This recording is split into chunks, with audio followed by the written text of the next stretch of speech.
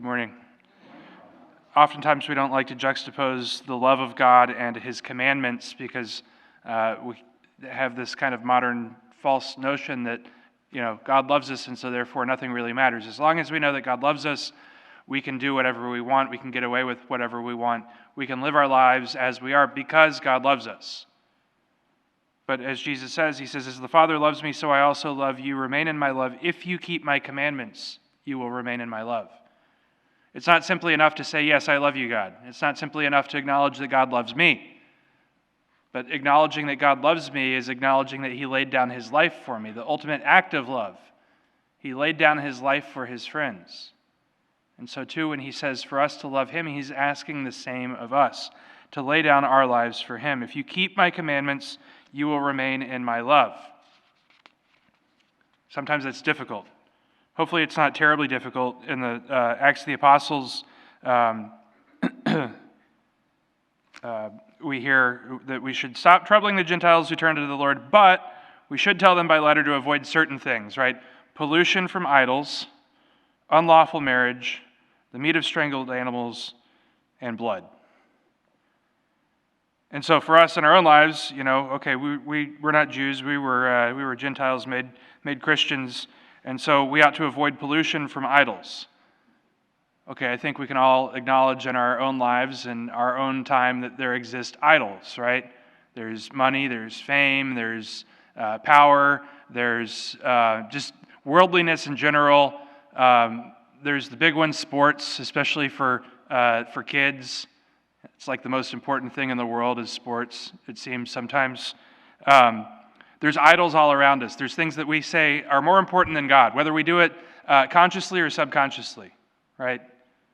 It's more important, to me that I finish the level on my video game that I'm playing right now than I, get ready to give a talk that I'm supposed to do or go and be where I'm supposed to be, right? Because I want the here and now, the satisfaction, right? I did it. I beat it. I'm strong.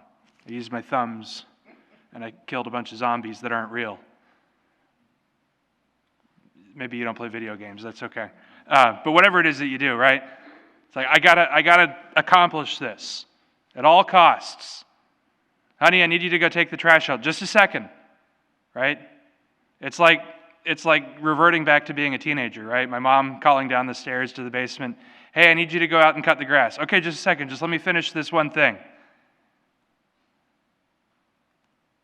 We make idols for ourselves. We make these things that are more important. Unlawful marriage. Well, we don't really have to look very far. That's been, the oldest problem from the dawn of creation, right? Unlawful marriage, whether it's being married and then getting married again, or whether it's trying to make up a new definition of what marriage is. And so avoid pollution from idols, avoid unlawful marriage, avoid the meat of strangled animals. I had this friend at Berry College. Well, not really a friend. It was just an acquaintance. And if you've ever been to Berry College, there's a lot of deer. When I was there, it was 8 deer to every 1 student. They've since got more students and more deer, so it's now like 12 deer to every 1 student. But anyway, this acquaintance of mine felt that it was his responsibility in 4 years to make sure that there were 8 less deer. And one day he, I don't know if it was an accident or not, but he had a vehicular incursion with one of the deer and got out and realized it wasn't dead. And, you're not supposed to have guns on campus, but he was this redneck and he had plenty of guns in his truck. But knowing that he shouldn't, discharge a gun, he wanted to do something humane, so he went out and straddled the deer and, stared it in the eyes and then came back and told us, and we're like, what is wrong with you? I mean, it's just, yeah. So, I don't know about eating the meat of strangled animals. You probably don't want to eat the meat of strangled animals because they're, that's not a proper harvest. They would, not taste good.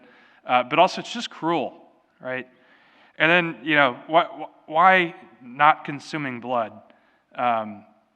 It's a pagan practice. It's a pagan thing to consume the blood of animals. So I went to this ordination reception for one of my friends one time. He was Vietnamese, and they were trying to feed me this nasty gelatinized stuff And I was like, what is it? And they're like, no, just eat it. I'm like, no, you don't understand. I'm a picky eater. I got to know what it is. No, just eat it. It's really good. I was like, yeah, I need to know what it is. And then they're like, well, put some lime juice on it. So I put some lime juice on it, and now it's no longer gelatinous. It's red and runny. And I'm like, is that? Like, oh, yeah, that's blood from a goat. I'm like, did you guys read the Acts of the Apostles? It says, don't eat blood. It's disgusting. But so to love God, right? To love God is to remain in his commandments. These ones are simple, right? Don't be a pagan, right? Don't have idols. Don't have other gods before me. Make sure that you avoid unlawful marriage. Don't eat the meat of strangled animals. That one's really easy. And don't drink blood. Okay, that's also an easy one. Those first two, though, avoid pollution from idols and avoid unlawful marriage. And then remain in my commandments, right? Well, there's other commandments, right? We have the 10 Commandments. We can just look to the law of God. We can look to the teachings of God. We can look to the teachings of God through his holy church. Sometimes we look and we say, yeah, but those are inconvenient. I don't want to do that. I'd rather just live my way for me. And we're kind of making an idol out of ourselves, an idol out of our time. To love God is to keep his commandments, and we will remain in his love. He says, I have told you this so that my joy might be in you and your joy might be complete. I haven't told you this so that you're going to be all sad and gloomy. I haven't told you this just to make your life miserable. I haven't told you this just because I'm some mean parent saying, do as I say and not as I do. I haven't told you this because, I want to watch you struggle. I've told you this because it will bring you joy. I've told you this because it will bring you joy. Right? The Judeo-Christian moral system that's 5,000 years old, right? It's endured so long because it works. It's endured so long because when we follow it, people are happy. It's endured so long because when people follow it, people don't get hurt. It's when it starts to break down. It's when we start to attack it. And it's not just now with the modern silliness that we have. It's been throughout history, right? It's been throughout history with all different ideologies and all different isms and all different attempts to conquer and conquest. But when we follow the commandments of God, we will be happy. It's difficult to tell our modern world. It's difficult to tell our kids and our grandkids. If you just follow what God is asking, you will be happy, right? Why did God make me? To know him, to love him, to serve him, and to be happy with him in this world and the next. If we know, love, and serve him, if we follow his commandments, indeed we will have joy. But then do we show forth that joy? Do we go out into the world and we're like, well, I'm Catholic, so I have to be gloomy and penitential and sad, and other people, should be upset also?